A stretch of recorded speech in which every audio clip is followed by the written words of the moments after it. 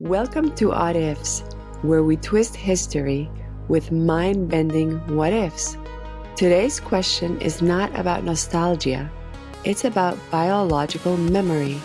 What if the Nickelodeon green slime was never meant to be a joke? Yes, you remember it. The goo, the laugh track, the kids screaming as they got drenched on Double Dare.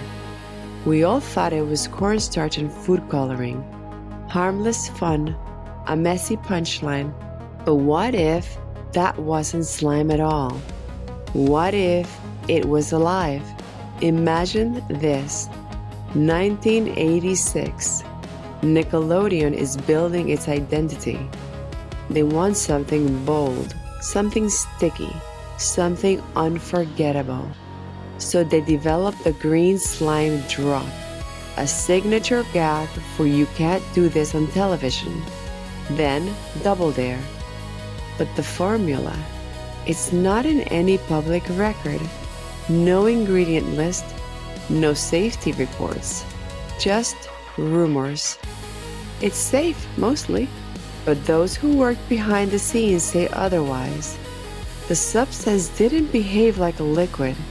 It pooled too slowly.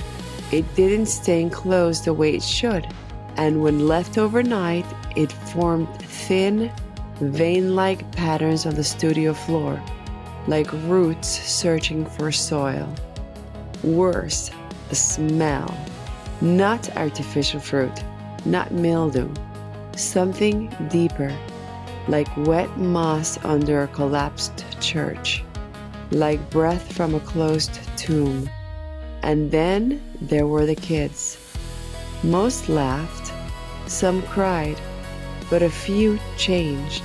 In 1987, a contestant named Liam Carter, age 12, was slimed during a Double Dare taping.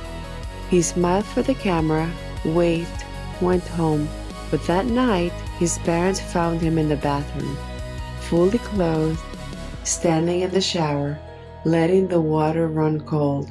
He said, "It seeks me." Over the next weeks, he stopped eating solid food, drank only green-tinted water, drew endless spirals in notebooks, and at night, his parents reported a soft, rhythmic dripping coming from his room, even though no pipe leaked. He vanished 6 weeks later. He was eventually found 14 miles away, sitting cross-legged in a drainage ditch, covered head to toe in a mossy, gelatinous film, still breathing, still smiling. When tested, the substance on his skin was not the same as Nickelodeon's official formula. It had no synthetic dyes, no cornstarch. Instead, it contained microscopic organisms never classified, and DNA fragments that matched no known species. But here's the worst part. He wasn't the only one. Across the country, others who had been slimed began reporting strange behaviors. An obsession with damp places. Dreams of being submerged in a vast pulsing chamber, waking up with their hair matted, not with sweat, but with a thin translucent film, humming a low tone around 52 hertz, the frequency some believed whales used to call lost members of their kind. And then came the slime manifestations, in basements, in garages, in bathrooms, not spilled, not stored, just there, dripping from vents, coating doorknobs, forming shallow pools in the shape of a child's outline. One woman in Ohio found a bucket of it in her attic, labeled in her own handwriting.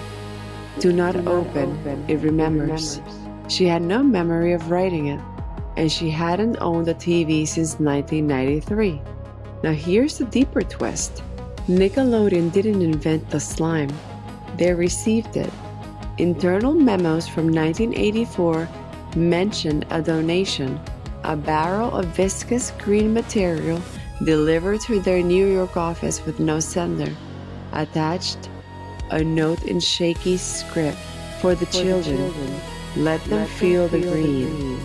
They tested it, found it non-toxic, decided to use it.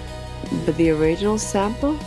It wasn't used up, it was kept, stored in a sealed tank beneath Studio D.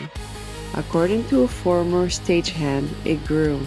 Not evaporated, not dried, it expanded, slowly, rhythmically, like a breathing fungus. By 1991, the tank was twice its original volume, despite no new material added. Then in 1993, it disappeared. Officially, disposed of due to odor complaints.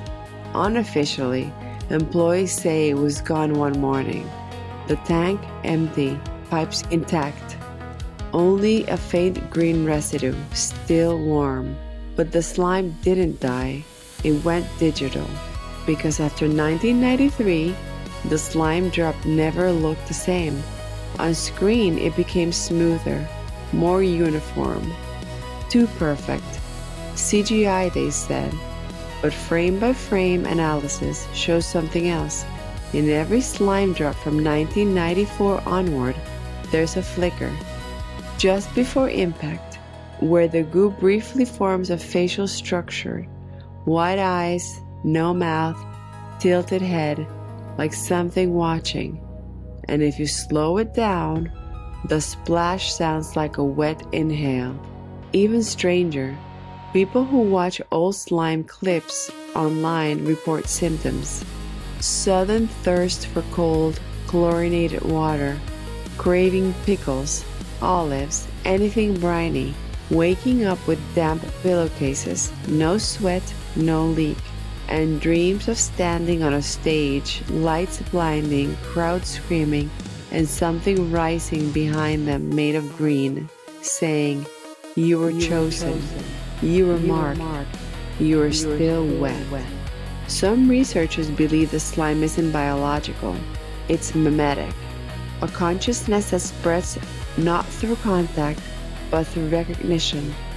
Every time someone laughs at a slime clip, shares it, remembers it, the pattern strengthens, the signal grows.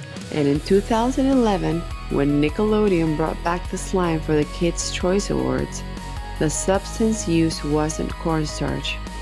It was a proprietary blend, unlisted, and when a drone filmed the runoff after the event, the puddle didn't spread outward. It contracted inward, forming an antenna, just like the ones drawn by the slimed kids. So what do you think? Was the green slime just a prank? Or was it the first contact we never noticed? A slow, patient presence teaching us to love the green so we wouldn't scream when it finally called our name.